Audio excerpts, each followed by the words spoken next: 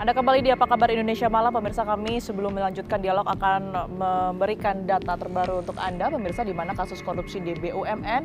Ini adalah yang pertama kasus korupsi di PT Pertamina Patra Niaga yang menyebabkan kerugian negara hampir mencapai 1 kuadriliun.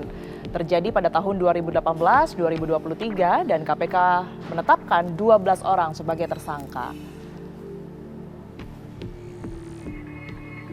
Di mana kemudian ini juga ada kasus korupsi di PT Timah Tbk yang telah merugikan negara sebesar 300 triliun rupiah. Dari kasus ini KPK menetapkan 22 orang sebagai tersangka.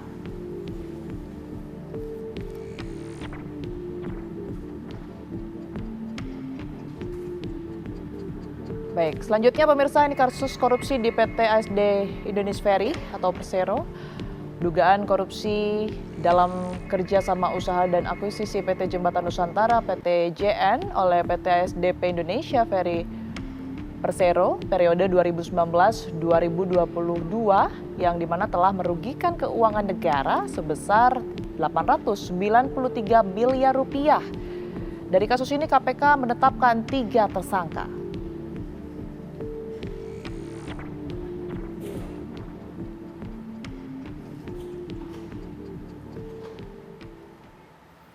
Ya, itu tadi data-data berkaitan dengan pengungkapan kasus korupsi belakangan ini. Pemirsa, kami akan melanjutkan dialog Apa Kabar Indonesia Malam. Kami akan mengarah ke Prof. Hipnu. Prof. Hipnu, tanggapan Anda seperti apa? Jika tadi memang sudah dari aktivis dari Bang Saur ini menyoroti bagaimana kemudian ini efek jera yang dirasa kurang begitu ya Bang ya. Kemudian juga angka yang tadi sudah disebutkan mengenai antrian eksekusi hukuman mati ini nampaknya hanya napi teroris dan juga narkoba saja Bang informasinya. Ini seperti apa konfirmasinya? Iya, iya Mbak Tiara, memang betul. Jadi penegakan hukum sekarang apalagi korupsi itu harus tanda petik keras. Karena penegakan hukum yang keras akan berdimensi pada pencegahan. Ini yang harus kita lakukan. Karena kan penegak hukum itu tidak hanya menindak tapi juga cegah.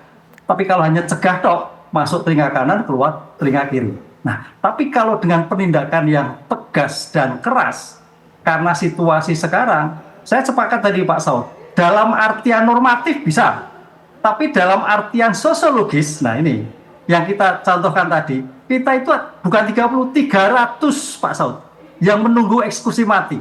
Nusa Kambangan itu 237. Nah, pertanyaan nggak mati-mati, tapi paling tidak, negara sudah berusaha maksimal memberikan pidana yang berat. Ini karena bicara trust Mbak, bicara trust. Sekarang kita sebagai rakyat terhadap negara tanda petik, waduh minyak bahasa umum dicampur dioplos. Kepercayaan menjadi kurang, semuanya menjadi kurang dan sebagainya. Satu-satunya yang memberikan tiang pada sekarang ini adalah penegakan hukum. Roh penegakan hukum memberikan suatu sifat negara tegas. Oleh karena itu, dengan kondisi yang carut-marut BUMN, yang terkait dengan kasus merugikan masyarakat banyak, baik petani sampai atas semuanya yang merugikan dan dirasakan, ya saya kira perlu dicoba dengan pidana mati. Walaupun nanti ada suatu pidana mati yang terbatas. Tapi paling tidak negara hadir dengan memberikan hukuman yang paling berat terhadap pelaku koruptor yang terkait dengan kejahatan-kejahatan yang menyusahkan rakyat banyak. Begitu Mbak Tiara. Baik, saya bergeser ke Bang Daniel. Bang Daniel, kalau dari pandangan Anda memang betul ada efek jera yang memang harus diperbaiki di sini, yang kurang begitu, atau memang pengawasannya yang sebenarnya sebelumnya ini bisa dikatakan lengah begitu Bang? Iya, dia masalahnya kompleks Mbak Tiara. Makanya penanganannya harus holistik, menyeluruh, paripurna. Artinya pemberantasan korupsi itu harus dimulai dari hulu sampai dengan hilir, dari dalam pemerintahan sampai dengan luar pemerintahan, dan itu yang sedang dilakukan oleh Presiden Prabowo. Saya sepakat dengan yang disampaikan oleh Bang Saur tadi. Ini adalah extraordinary crime yang harus mendapat perhatian khusus, dan itu menjadi atensi tentu dari Presiden, karena berulang kali beliau sampaikan kekayaan negara kita bocor sampai dengan 30%, salah satunya karena perilaku koruptif yang tidak henti sampai dengan hari ini, dan itu yang sedang berusaha beliau beres-beres, bersih-bersih. Dan ternyata kan tidak semudah seperti kita pidatokan atau kita ceramahkan. Kenapa? Karena Pak Prabowo ingin mendorong efisiensi untuk mencegah inefisiensi, salah alokasi, kemudian korupsi, itu justru mendapat perlawanan dari internal yang kemudian beliau sebut sebagai raja-raja kecil. Oleh sebab itu pula kemudian Presiden berusaha memperbaiki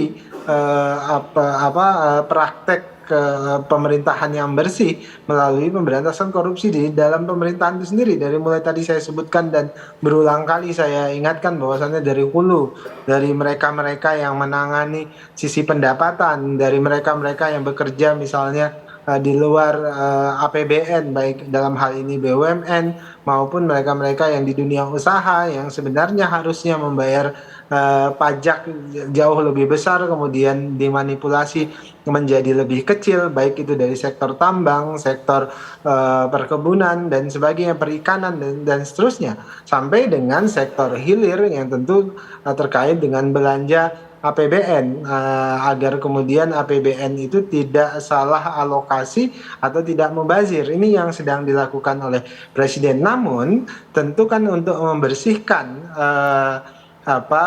kotoran harus menggunakan sapu yang bersih.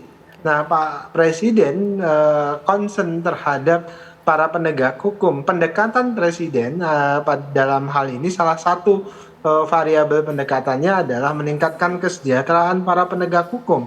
Kalau kemudian upaya peningkatan kesejahteraan itu masih berlaku koruptif dalam hal ini para penegak hukum, maka secara otomatis hukuman yang lebih berat, disinsentif yang lebih jelas itu harus dirancang bersama-sama. Nah, terkait dengan formula hukuman dan sebagainya, saya pikir itu bisa menjadi ruang publik dalam hal ini legislatif, yudikatif untuk berbicara bersama-sama merancang formulasi hukuman yang jelas untuk perilaku atau praktek extraordinary crime ini, dalam hal ini adalah korupsi. Jadi Presiden yang jelas berulang kali menyampaikan akan memimpin langsung penegakan hukum terhadap praktek korupsi baik dari dalam pemerintah maupun dari luar pemerintahan.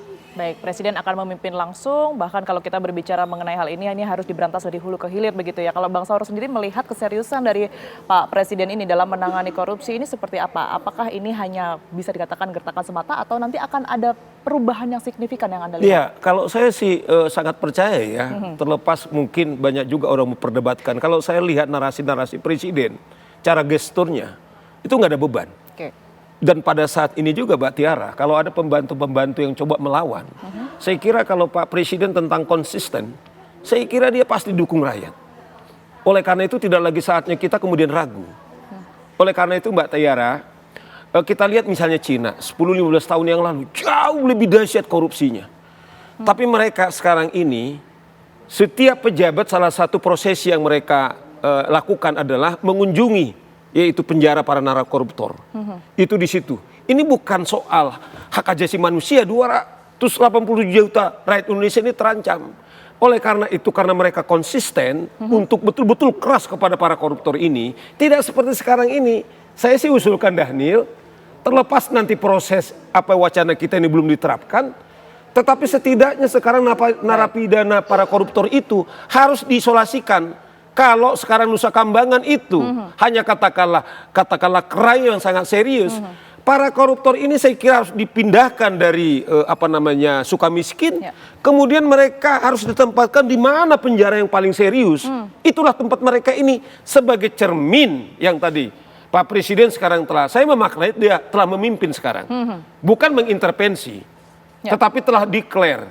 Tetapi sekaligus juga soal nanti putusannya apakah katakanlah ini jaksa penuntut umum menentukan pasal 2 ayat 2 misalnya, tetapi terpidana ini dalam momen of truth yang kita bicara saat Ramadan ini, sekarang aparat penegak hukum, katakanlah menteri, katakanlah setelah dia jadi narapidana, ditempatkan di tempat khusus. Usul saya adalah konkretnya itu adalah Nusa Kambangan. Jadi mereka pulang lagi menjalani hukuman yang miris Mbak Tiara. Betul. Mereka juga disambut seperti hero, itu yang terjadi. Oke.